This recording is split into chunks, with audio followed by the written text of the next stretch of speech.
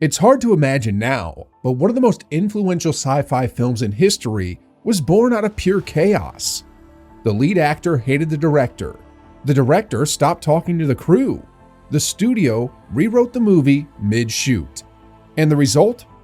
A box office failure that somehow became one of the greatest films ever made. This is the story of Blade Runner, a masterpiece forged in misery, and the movie that almost broke everyone who touched it. In the early 1980s, Hollywood was desperate for its next sci-fi miracle. Star Wars had changed everything. Alien had proven that fear could sell. And somewhere on a studio shelf sat a forgotten novel by Philip K. Dick, Do Androids Dream of Electric Sheep? No one knew how to film it until Ridley Scott said yes. They thought they were making a hit. What they got was a nightmare. Harrison Ford didn't need the work. He had just acted as Han Solo. He had just shown the world who Indiana Jones was. He was the biggest star in the world. His agent's phone would not stop ringing, but Ford had other ideas. He was ready for something he could be serious about, something that would prove he was more than a man who could throw a punch and make a joke.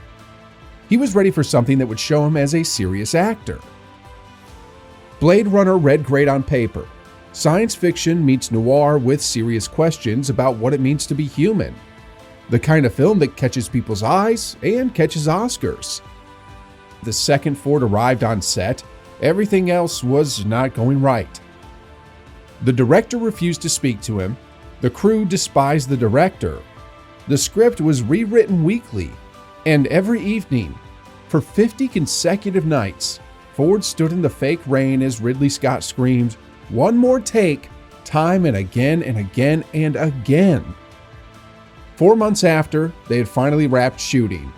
Ford and Scott were barely on speaking terms. The studio believed they'd just spent millions of dollars on wasted film.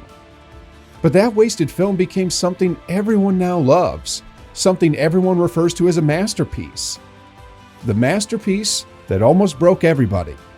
So what happened? Well, everybody brought their own demons onto set. Ridley Scott's brother had recently passed away, and Scott was devastated. He'd left another film, an adaptation of Dune, due to it taking ages, and he wanted to keep himself occupied. He needed to escape into something so he didn't have to deal with the grief. Blade Runner was that something. But that is the rub. While you are in grief, everything weighs more. Everything is somber. Scott needed to create a movie that hurt and was uncomfortable because that was where he was at that time. He even admitted years after the movie that he loved to explore pain at that point. That is not who the studio hired. They hired a big sci-fi director, but Scott wanted to create something that would be painful to view. Harrison Ford believed he was creating a clever detective film.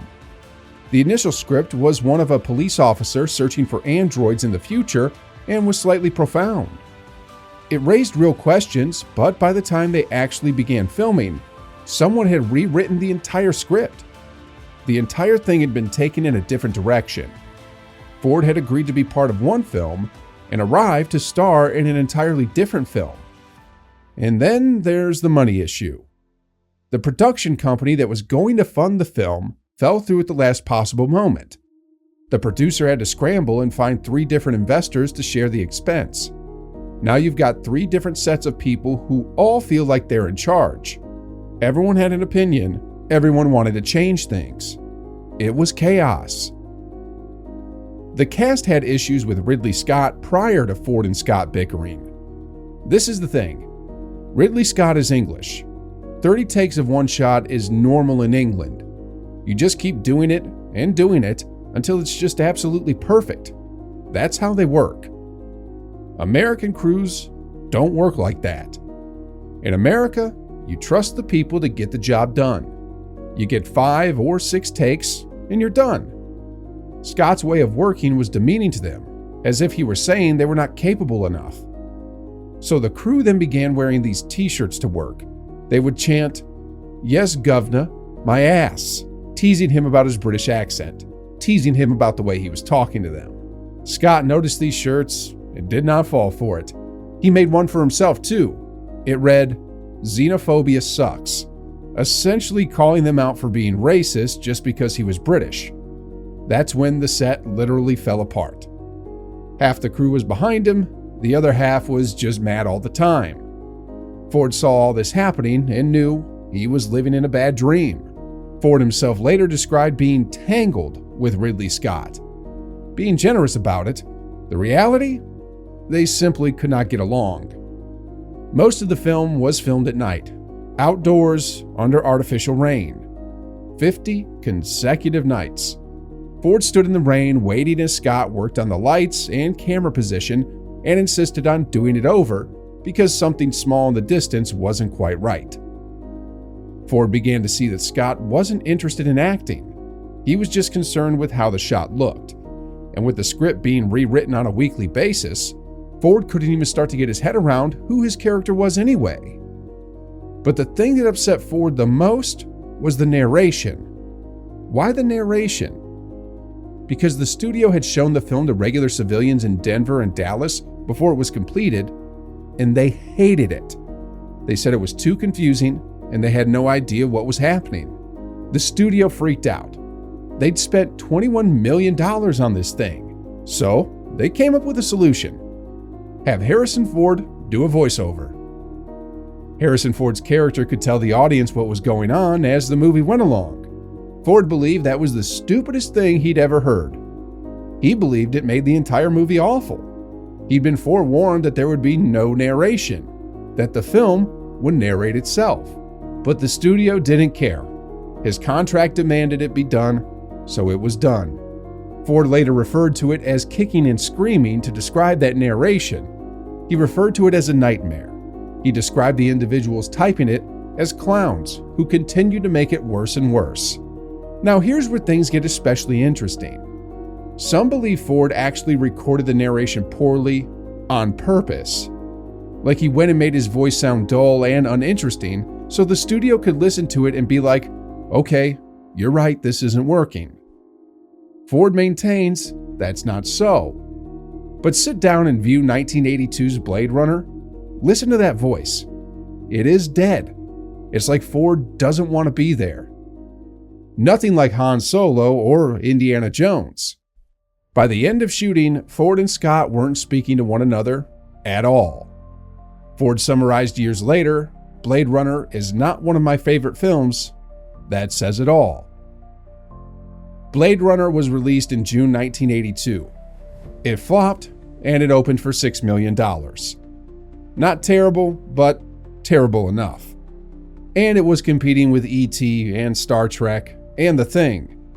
Critics were arguing whether it was a work of genius or dull. Regular people didn't understand it. Ford went on to star in other films. Scott went on to direct as well. Everybody thought Blade Runner was a flop, and that was it. But then something unusual happened. When it came out on VHS, people rented it and watched it again and again. People were discussing it. Midnight screenings sold out theaters. Film school students wrote papers on it. They issued a director's cut in 1992. They took out Ford's narration. They added a dream sequence. They changed the ending.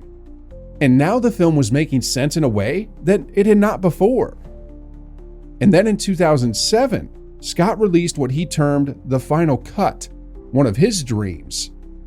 Ford and he were speaking again by this time. They had patched things up, and Ford gave interviews for the DVD. They even joked about the good old days. Today, Blade Runner is universally regarded as being among the greatest science fiction films ever made. It revolutionized the entire genre. All those cyberpunk films you've seen owe a debt to it. Film directors like Christopher Nolan and Denis Villeneuve confess that it influenced how they operate. But that's the point. All that rage, all that brawling, all that misery on set. You can feel it when you watch the film. Ford is drained because he was drained. The movie is dirty and obnoxious because the set was dirty and obnoxious. The on-screen tension among the actors is genuine because tension among the actors was genuine. So the question is still, did all that conflict improve the movie?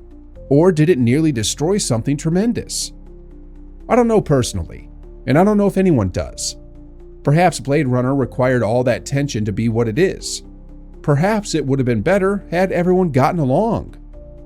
What do you think?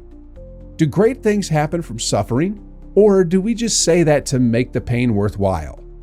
Leave a comment and tell me, because 40 years later, a sequel was made and people still bicker over what this film is about. And perhaps that is the entire point.